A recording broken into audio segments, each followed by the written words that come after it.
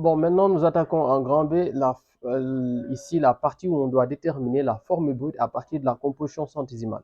Vous avez un composé organique CXHYO, avec ici la composition centésimale, pourcentage de C 52,17, pourcentage de O 34,118, le pourcentage de H 13,04. Donc, premièrement, on demande de déterminer sa masse molaire. Bien sûr, comme je vous l'ai dit plus tôt, pour pouvoir déterminer soit la formule brute ou la composition centésimale, il faut déterminer la masse molaire.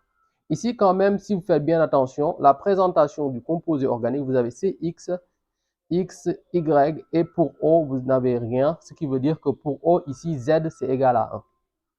Donc, Z est égal à 1. Donc, à partir de là, on peut passer par, en fait, voilà, ce chemin. On va dire que ici, vous savez déjà qu'on a CZ sur pourcentage de O est égal à la masse molaire sur 100.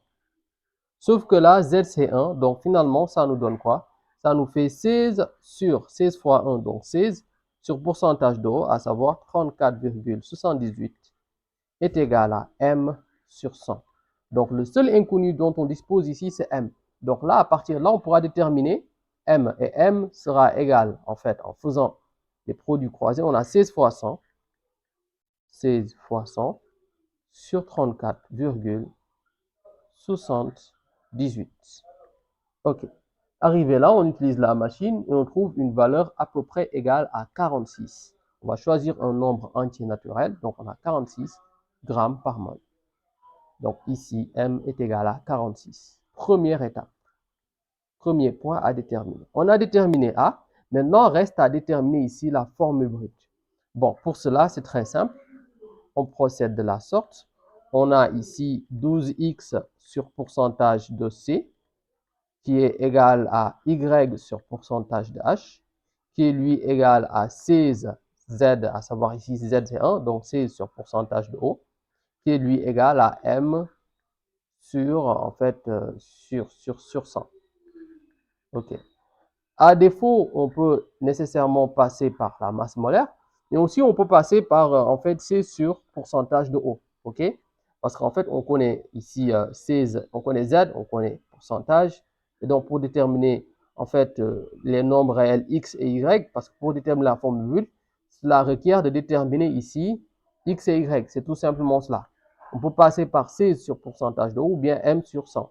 Et donc, on va faire la relation 12X, OK, sur pourcentage de C qui était 52, qui est lui 52,17, OK, est égal à la masse molaire, donc 46 sur 100. OK, je préfère utiliser 40 M sur 100 parce que vous avez 100 ici et ici pour pourcentage de O, vous avez un nombre assez complexe. On fait le produit croisé, ce qui fait 12x fois 100. Et donc, de l'autre côté, on a 46 fois 52,7, ce qui nous permet d'écrire que x est égal. En fait, 46 fois 52,7,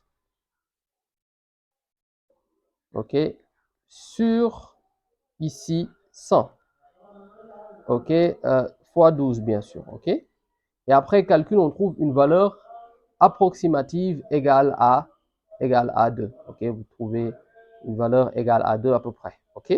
Maintenant pour y aussi, y sur 13,04 est égal à 46 sur 100. Donc là, on parvient à avoir y est égal à 46 fois 13,04 divisé par 100. Et on trouve ici une valeur de 5,900 et quelques. Voilà, bon, ce qu'on va arrondir à 6. Donc, on a x est égal à 2, donc ce qui fait C2. Y est égal à 6, donc H6O. Donc, la formule brute, c'est C2H6O. Voilà, c'était tout simplement ça. Bon, on a fini le chapitre. J'espère qu'il vous a plu. Bien sûr, si il vous a plu, n'oubliez pas de la liker, mais également de la partager à vos camarades. OK, on va de ce fait commencer avec des exercices, des TD sur la chimie organique très prochainement. Donc, on se dit à très bientôt et voilà, bonne lecture.